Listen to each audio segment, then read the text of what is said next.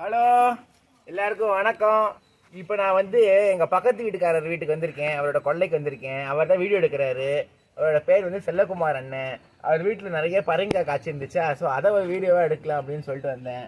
இங்கே பாருங்க, சூப்பர் பரங்கிக்காய். நம்ம நிறைய பூசணிக்காய் பார்த்துருக்கோம். இப்போ பார்த்தீங்கன்னா சூப்பராக பரங்கிக்காய் வந்து இருக்குது. இது அழகாக கல் மேலே வேறு அழகாக நிறுத்தி வச்சுருக்காரு. ஸோ நம்மளுக்கு வெட்டுறதுக்கு வந்து ரொம்ப சௌரியமாக இருக்கிற மாதிரி அழகாக எடுத்து வச்சுருக்காரு. அதுக்கு கத்தியுமே அண்ணன் பார்த்தீங்கன்னா சூப்பராக ரெடி பண்ணிட்டாரு. அதனால் அதை வச்சு அழகாக ஒரு வெட்டிட்டு எடுத்துகிட்டு போவோம்.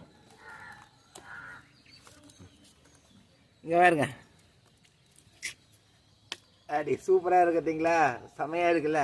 ஸோ இந்த மாதிரி ஒரு நல்ல ஒரு பரங்கிக்காவை எடுத்து நிறைய ரெசிபிஸ்லாம் பண்ணுவோம், நல்லா இருக்கும். பால் கூட்டு செய்யலாம்.